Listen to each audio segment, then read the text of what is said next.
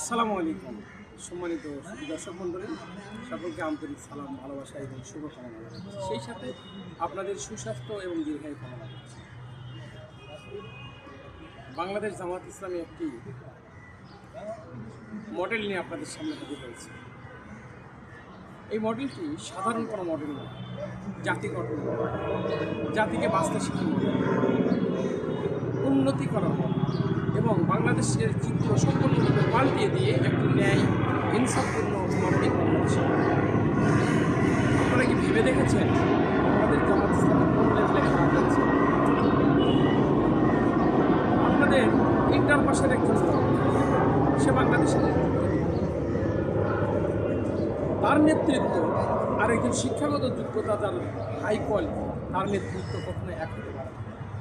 কারণ বাংলাদেশ এমন একটি দেশ যে দেশে হিন্দু মুসলিম বৌদ্ধ খ্রিস্টান সকল জাতির বসবাস। ইতিমধ্যে বাংলাদেশ জামাত ইসলামী সকল জাতির একটি সেতু বন্ধনে আমূল পরিবর্তন ঘটাতে সক্ষম হয়েছে। খুলনা 1 আসনে কৃষ্ণনন্দী একজন হিন্দুকে অমুসলিমকে প্রার্থী করে বাংলাদেশ জামাত ইসলামী বুঝিয়েছে এদেশে সকলের অধিকার সমান। এখন প্রশ্ন হলো, আপনারা তো বারবার সব দলকে দেখেছেন, নৌকা দেখেছেন, ধানের শীষ দেখেছেন, লাঙ্গল দেখেছেন, বাকি আছে বাংলাদেশ জামাত ইসলাম। এই একটি দলকে মাত্র 5 বছরের জন্য ক্ষমতায় আনবে, দেখবেন তারা কী করে। এ ব্যাপারে যদি আপনি চিরাচরিত পদ্ধতি অবলম্বন করেন তাহলে এই জাতি আর গঠন হবে না। এ জাতির ভাগ্যে আগে যা ছিল তাই হবে। আপনারা দেখেছেন, ধরে নেন একই জিনিস বারবার খাচ্ছেন, একই জিনিস বারবার নিচ্ছেন, কিন্তু প্রতারিত হচ্ছেন। অনলাইনে যখন আমরা কোনো জিনিস কিনি বারবার প্রতারিত হচ্ছে, কিন্তু অনলাইনের পরে যদি কেউ অফলাইনে আপনাকে সকল কিছু প্রমাণ সহ দেয় তাহলে সেটা কেন নেবেন না, কেন কিনবেন না? আমরা জাতি হিসেবে অত্যন্ত অলস, আমরা জাতি হিসেবে ব্যবহার ভুলে যাই সকল অন্যায় অত্যাচার অবস্থা। আপনারা দেখেছেন একটি দল দেশ চালিয়েছে 2 বার, বাংলাদেশ জাতীয়তাবাদী দল বিএনপি। এই 2 বারে বাংলাদেশে আমূল কোনো পরিবর্তন ঘটাতে পারেনি। আপনারা দেখেছেন এই বাংলাদেশেরই সেই দলেরই প্রধান আপসীন দেশনেত্রী বেগম খালেদা জিয়া এদের অত্যাচারে, নিজের দলের লোকদের অত্যাচারে অপারেশন ক্লিন হার্ট নামে একটি অপারেশন করেছিল। আপনাদের কি মনে আছে 2001 সালের নির্বাচনে জয়লাভ করার পরে? সেই নির্বাচনে বিএনপির নেতাদের বিরুদ্ধে অপারেশন পরিচালনা করতে বাধ্য হয়েছিলেন বেগম খালেদা জিয়া।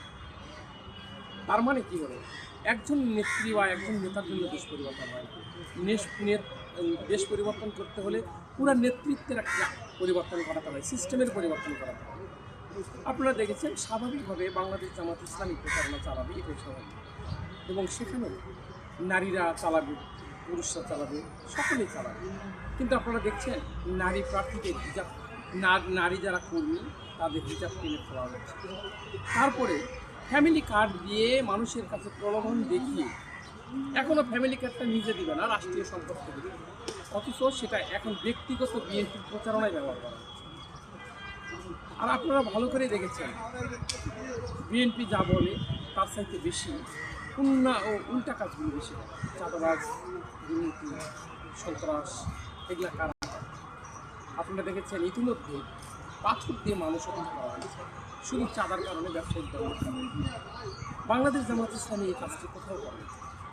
ঢাকা বিশ্ববিদ্যালয়ে গতকাল দেখেছেন ডাকসু প্রজেক্টরে দেখাইছে, যেখানে ছাত্রদল ক্ষমতায় নেই, এরপরেও নির্বাচিত প্রতিনিধিদের বিরুদ্ধে তারা বিভিন্নভাবে অপকৌশল তৈরি করে এখনও চাঁদাবাজিতে লিপ্ত রয়েছে এবং চাঁদাবাজি প্রতিষ্ঠিত করার চেষ্টা করছে।